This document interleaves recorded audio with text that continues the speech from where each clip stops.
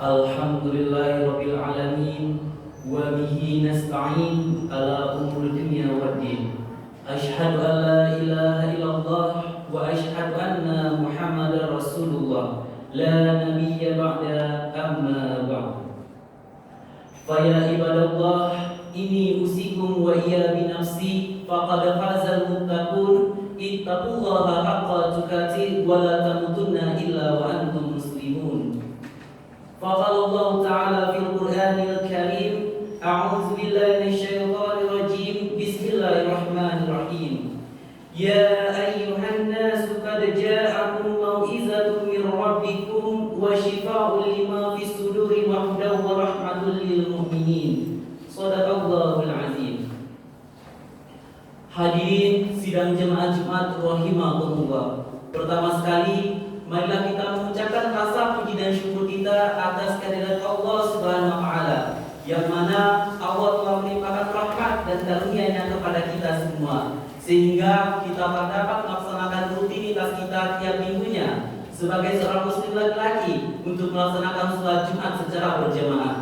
Kemudian selawat dan salam buat Nabi kita Muhammad sallallahu alaihi wasallam yang telah membawa umat manusia dari zaman jahiliyah sampai zaman Islamiyah seperti yang kita rasakan pada saat sekarang ini. Hadirin ma'asyiral muslimin rahimahullah. Pada kesempatan yang berbahagia ini, tidak lupa-lupanya khatib berwasiat kepada hadirin semua, terutama pada khatib sendiri. Marilah kita sama-sama meningkatkan keimanan dan ketakwaan kita kepada Allah Subhanahu wa taala. Sebagai insan yang baik, kita menyadari kelemahan kita di hadapan Allah Subhanahu wa taala. Maka dari itu, kita dianjurkan untuk meningkatkan keimanan dan ketakwaan itu dengan cara melaksanakan apa-apa yang diperintahkan oleh Allah dan meninggalkan apa-apa yang telah dilarang oleh Allah. Semoga kita termasuk orang-orang yang bertakwa di sisi Allah. Amin, amin ya rabbal alamin. Pada kesempatan yang berbahagia ini, izinkanlah khatib menyampaikan khutbah yang berjudulkan Al-Quran dan Bangun Masa Depan Peradaban Manusia. Napoleon, seorang orientalis berbangsa Prancis, pernah mengatakan, "The principle of Quran will love of tracking can lead man to happiness," yang artinya Al-Quran adalah prinsip dan merupakan satu-satunya kitab suci yang dapat mengantarkan kepada kepulauan dan bahagia. Ungkapan tersebut mengisyaratkan kepada kita semua bahwa Al-Quran itu laksana lampu penerang yang menembus lika-liku kehidupan. Al-Quran itu laksana benteng yang kokoh yang mampu menggoyahkan tipu daya syaitan. Al-Quran itu laksana jimat yang mampu mengobati dari kesesatan kehidupan. Pendek kata, Al-Quran itu adalah kitab suci yang berisikan petunjuk dan kebahagiaan serta relevan dengan tuntutan zaman.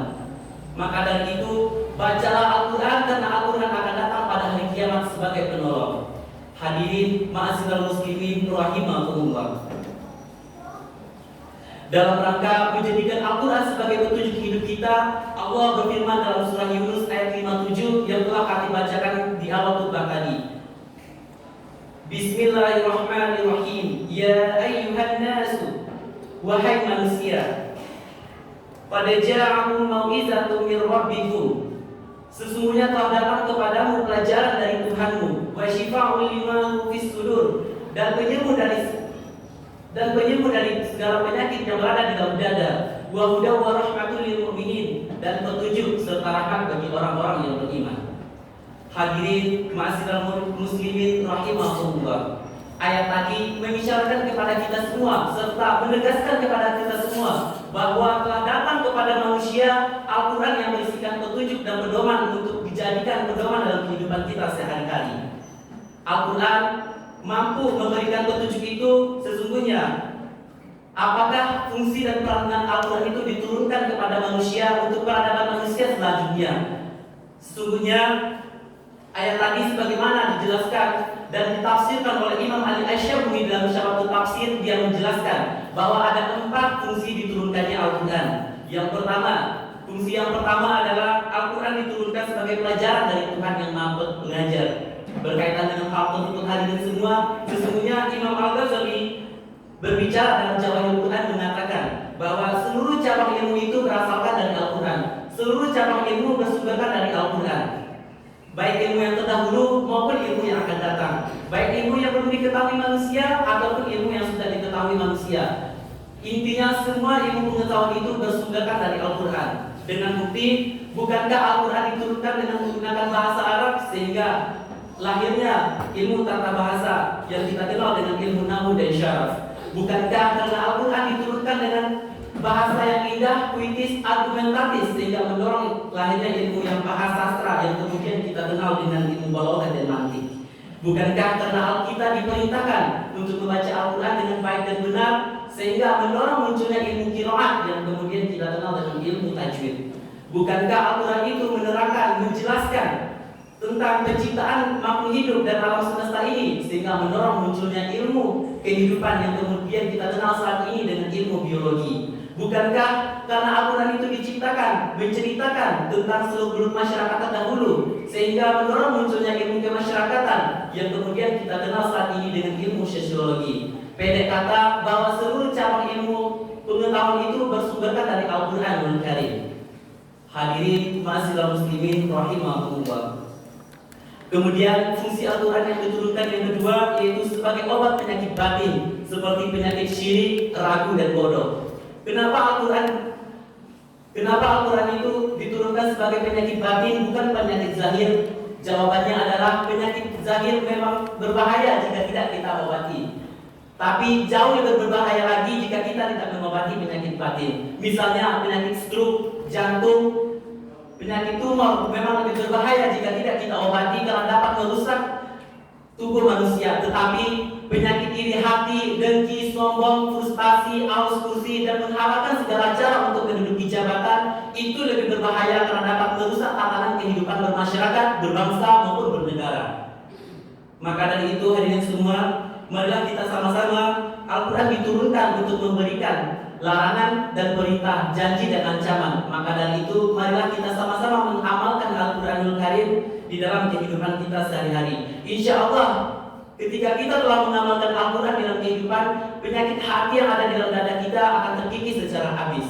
Pantas kalau Abu Faridah Al-Hijab mengatakan bahwa di dalam bukunya Alis Nafsakatul Quran, yaitu Al-Quran itu adalah obat yang sangat sempurna bagi segala penyakit, baik itu penyakit zahir maupun penyakit batin. Hadirin yang dirahmati oleh Allah. Kemudian fungsi Al-Quran yang diturunkan yang ketiga yaitu Al-Quran berfungsi sebagai petunjuk bagi manusia yang dari kesesatan. Al-Quran berfungsi dari petunjuk bagi manusia dari kesesatan, membimbing manusia ke arah yang lebih baik, membimbing manusia ke dunia yang lebih baik. Maka dari itu, kalau kita sudah mampu mengamalkan isi Al-Quran, kita sudah mampu memahami dan kita bisa mengamalkan dalam kehidupan sehari-hari, insya Allah perilaku kita akan dipastikan sebagai perilaku Al-Quran. Apapun kita, siapapun kita, apapun profesi kita, kalau kita sudah mengamalkan Al-Quran, insya Allah perilaku kita akan menjadi Al-Quran. Sebagai bukti, seorang pejabat kalau dia sudah menanamkan Al-Quran di dalam dirinya, dia tidak akan berbuat korupsi meskipun rakyatnya tidak tahu. Seorang pedagang kalau dia sudah mengamalkan Al-Quran di dalam dirinya, dia tidak akan mengurangi timbangan meskipun pembelinya tidak tahu. Seorang suami kalau dia sudah mengamalkan Al-Quran dalam kehidupannya, dia tidak akan berbuat selingkuh meskipun istrinya tidak tahu. Begitu pula seorang pemuda kalau dia sudah mengamalkan Al-Quran dalam dirinya, dia tidak akan berbuat semena-mena walaupun saat itu keadaan mendukung. Hadirin ma'asyiral muslimin rahimahullah. Kemudian fungsi yang terakhir diturunkannya Al-Quran yaitu Al-Quran sebagai rahmat bagi insan yang beriman. Artinya kalau kita sudah memahami isi Al-Quran, kalau kita sudah mengamalkan petunjuk isi yang ada di dalam Al-Quran, insya Allah kita telah bisa melewati problematika zaman pada saat ini dan bisa mengantarkan kita kepada kepulauan dan bahagia lagi. Hadirin yang dirahmati oleh Allah Subhanahu wa Ta'ala.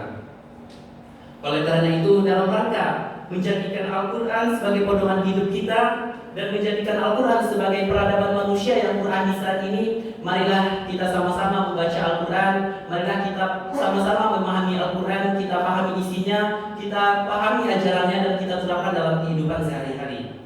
Insya Allah demikianlah dapat kita simpulkan bahwa Al-Quran adalah firman Allah yang berisikan petunjuk, pedoman, obat serta rahmat yang merancang peradaban manusia saat ini. Sehingga Terlebih lagi kita dapat menjadikan Al-Quran sebagai pedoman baik di dunia maupun di akhirat hendaknya. Maka dari itu, khatib mengajak pada diri khatib sendiri dan kepada hadirin semua, marilah kita sama-sama menjadikan Al-Quran sebagai pedoman dan petunjuk hidup kita, agar apa-apa yang digariskan oleh Al-Quran kita bisa mendapatkannya untuk masa yang sekarang maupun di masa yang akan datang. Demikianlah yang dapat khatib sampaikan. Semoga berguna bagi kita semua, terutama bagi khatib yang menyampaikan. Fakta biru ya ulil absar la'allakum turhamun.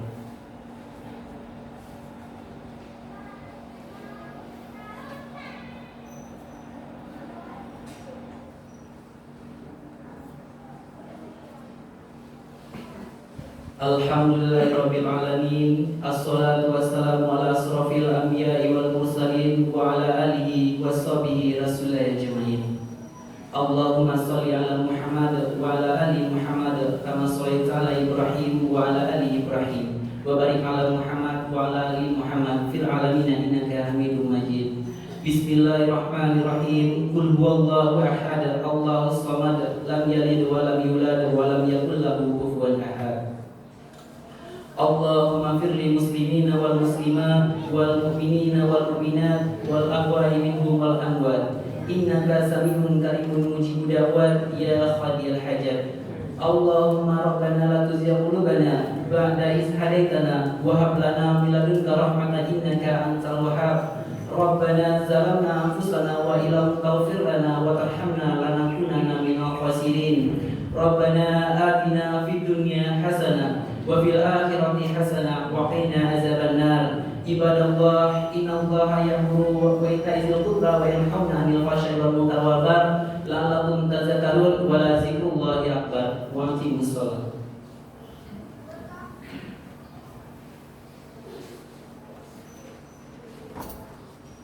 Allahu akbar.